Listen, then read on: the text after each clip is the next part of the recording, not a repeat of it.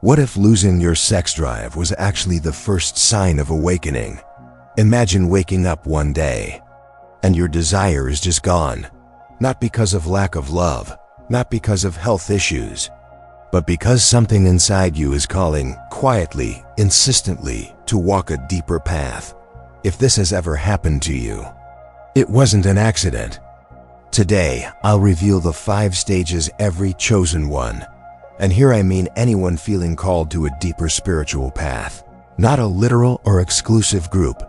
Experiences with sex and why each one is sacred. Once you see these stages, you'll recognize your own story. And you may never look at intimacy the same way again. These stages don't always appear in the same order, but each one carries a message. Together, they form a spiritual map almost no one knows exists. It often begins with a quiet shift. Desire fades, not because of age, not because of someone else, but because your energy is being pulled inward. The world says something is wrong.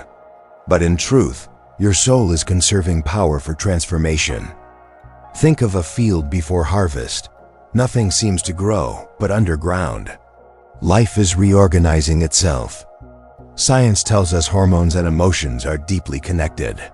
Spirit teaches that this energy can be transmuted into higher frequency creation. Have you noticed that in times of deep reflection, your body craves less touch and more meaning? This isn't loss, it's reorientation. The seed of something greater has started to take root. And when that absence of desire matures, it becomes something else. What once felt like lack now becomes choice. Many chosen ones enter a season of voluntary abstinence. It's not about rules. It's about clarity. It's feeling your own energy without interference. Spiritual traditions call this cleansing the vessel. Neuroscience shows that long breaks from sexual release can reset dopamine pathways, sharpening focus and emotional balance. Picture yourself in silence, realizing your presence is enough. No performance, no proving, no need for outside validation. The sacred pause is remembering who you are, when nothing pulls you away from your own heartbeat. Have you ever felt so at home in your own presence that you no longer feared being alone?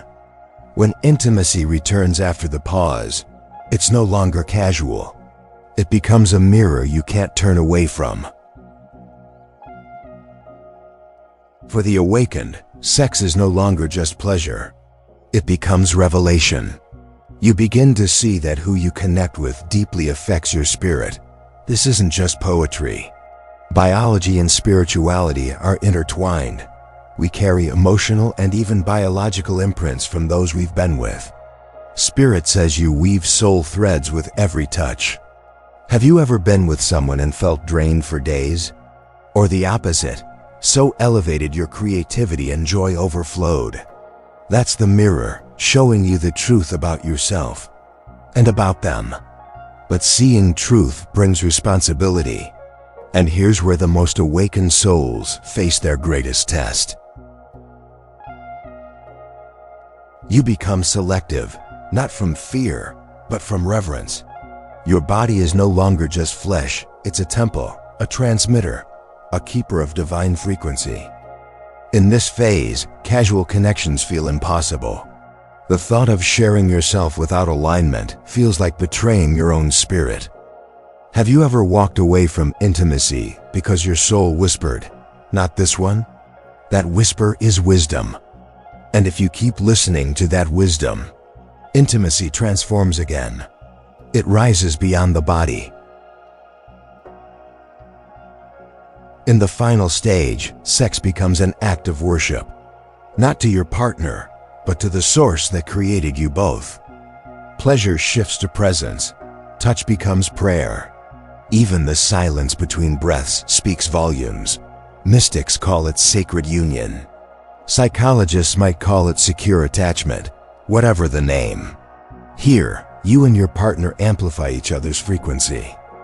Have you ever imagined intimacy where every breath feels like you're remembering heaven together? These 5 stages aren't a ladder to climb. They're a circle you may walk many times.